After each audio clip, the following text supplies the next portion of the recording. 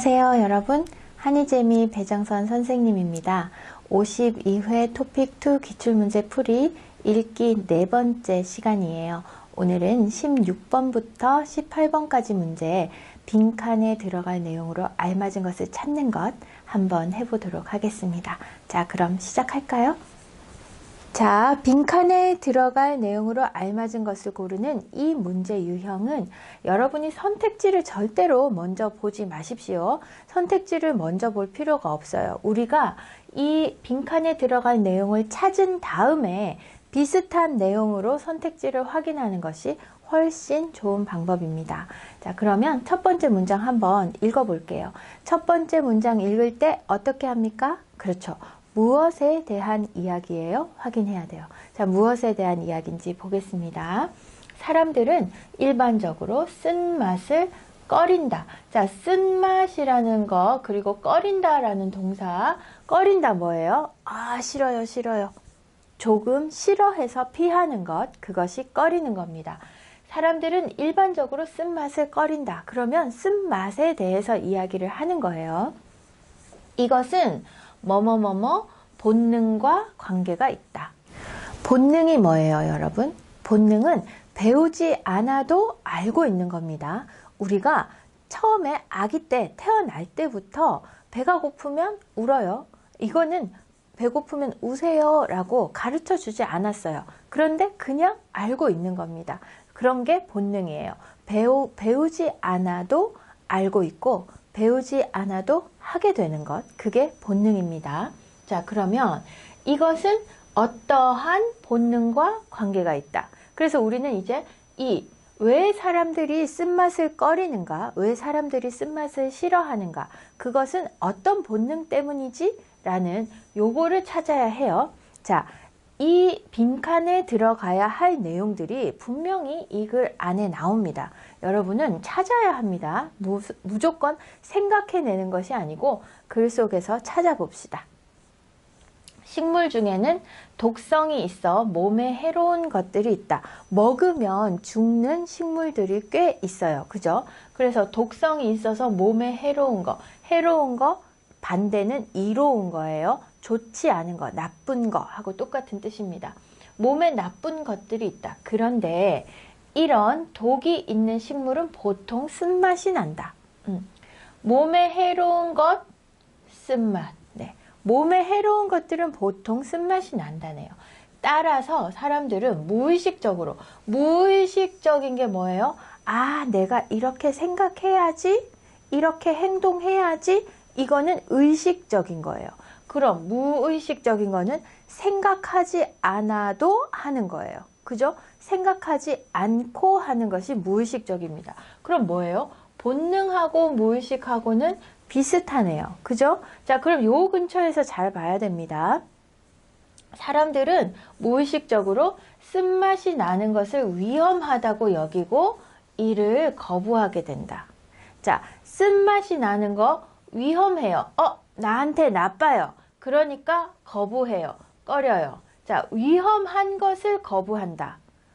무의식적으로 위험한 것을 거부해요. 우리는 배우지 않았지만 무의식적으로 이거 나한테 나쁜 거 아니야? 안 먹어. 이렇게 되는 거죠. 자, 그래서 위험하다, 거부하다 이런 것들이 요 안에 들어가야 합니다. 네. 그거는 무의식적이에요. 배우지 않았지만 아는 거예요. 본능하고 비슷해요. 자, 그러면 지나친 과식을 피하다 아니죠. 자신의 몸을 보호하려고 맛 없는 음식을 멀리한다. 입맛이 변하는 것을 막는다. 뭐예요, 여러분? 자신의 몸을 보호하는 거예요. 위험한 것을 싫어하는 거, 위험한 것을 하지 않는 거. 결국은 다르게 이야기하면 내 몸을 보호하는 거죠. 그죠? 그래서 여러분 여기에 들어갈 내용을 먼저 찾은 다음에 선택지를 보세요. 그렇게 해야 훨씬 더 쉽게 문제를 풀 수 있습니다. 자, 그러면 17번 문제 볼게요. 17번 문제 보겠습니다. 대화를 원활하게 하기 위해서는 상대방에게 내가 그의 말을 잘 듣고 있다는 느낌을 주어야 한다. 자, 첫 번째 문장에서 무엇에 대해서 이야기하고 있어요? 찾아야 되죠? 자, 무엇에 대해서 이야기합니까? 대화. 네, 대화. 두 사람이 서로 이야기를 하고 이야기를 듣고 이야기를 주고받는 이 대화를 원활하게 하기 위해서 원활하게 부드럽게 뭐라고? 무슨 얘기인지 몰라? 몰라? 내 말 왜 이해 못해? 못 알아들어? 이렇게 하는 건 원활한 게 아니에요. 이 사람이 이야기하면 아 그래요? 저도 그랬어요. 아 정말요? 우리 비슷한 생각을 하네요. 이런 것들이 원활한 대화예요. 그러면 대화를 원활하게 하기 위해서 어떻게? 상대방에게 내가 그의 말을 잘 듣고 있다는 느낌을 줘야 한다. 내가 듣고 있으니까 걱정하지 말고 이야기하세요. 이런 신호를 주는 거죠. 이때 어떤 행동을 하면 좋다라고 했어요. 그러면 우리는 뭐예요? 대화를 잘 듣고 있다는 느낌을 줄 때 어떤 행동을 하느냐?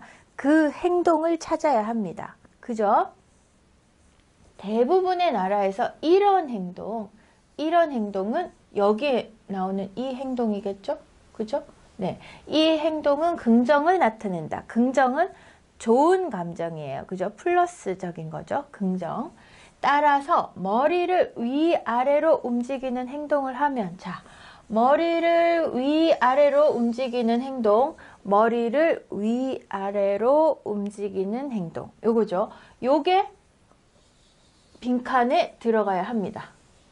머리를 위아래로 움직이는 행동. 맞아요?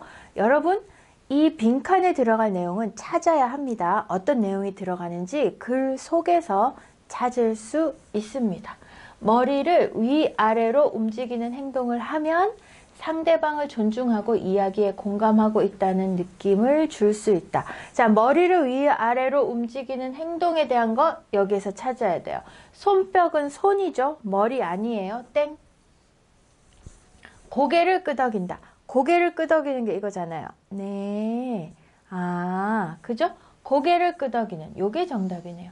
질문하면서 듣는 게 아니에요. 행동 들으면서 기록하는 거 아닙니다. 그래서 머리를 위아래로 흔드는 고개를 끄덕이는 그래서 우린 찾았어요. 이런 행동, 어떤 행동? 머리를 위아래로 움직이는 행동.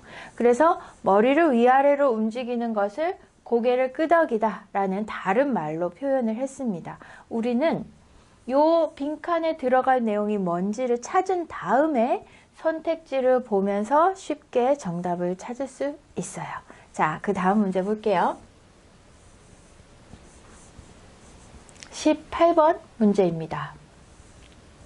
사용 여부에 관계없이 물건을 못 버리고 저장해 두는 사람들이 있다.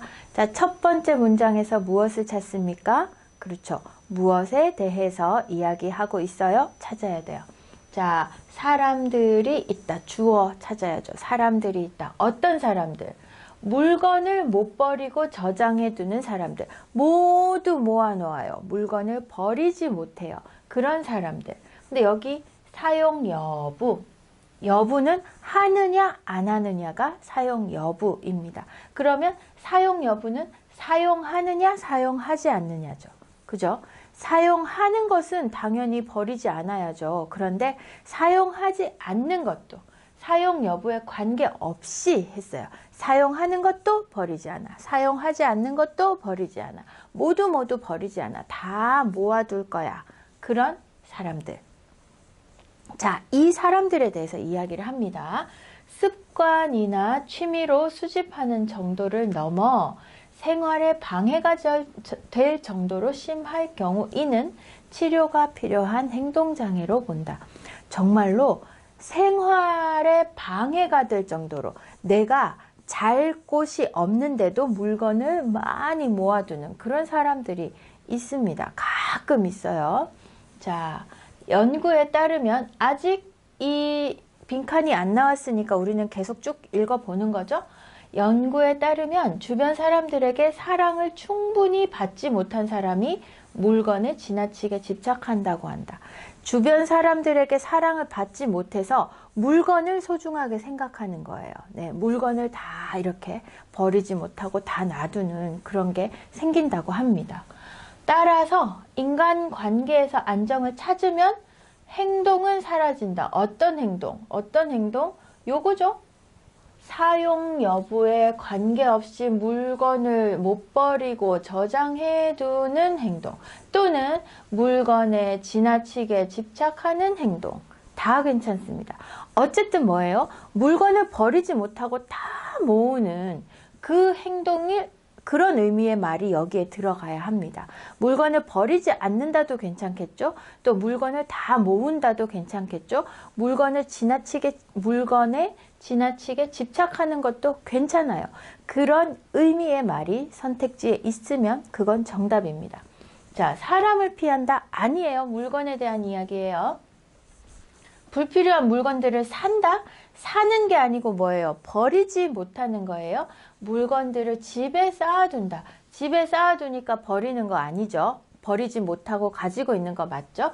쓰레기를 버린다. 쓰레기 버리는 거 아닙니다. 자, 물건을 다 모아놓는 거, 버리지 못하는 거에 대한 이야기니까 정답은 3번이 되겠습니다. 자, 이렇게 해서 오늘 빈칸에 들어갈 내용으로 알맞은 거 찾는 문제 해봤는데요. 여러분, 이 문제 같은 경우에 선택지를 미리 읽고 그리고 지문을 읽으면 조금 더 어려울 수 있어요. 그러니까 지문에 집중하십시오. 지문에 집중하면서 빈칸에 들어가야 할 내용을 찾은 다음 그리고 선택지를 보세요. 내가 생각했던 것과 비슷한 표현, 물론 똑같지 않습니다. 하지만 의미가 비슷한 것을 찾으면 여러분 정답 쉽게 찾을 수 있을 거라고 생각을 합니다. 자, 그러면 오늘도 정말 수고 많았습니다. 다음 시간에 만나요.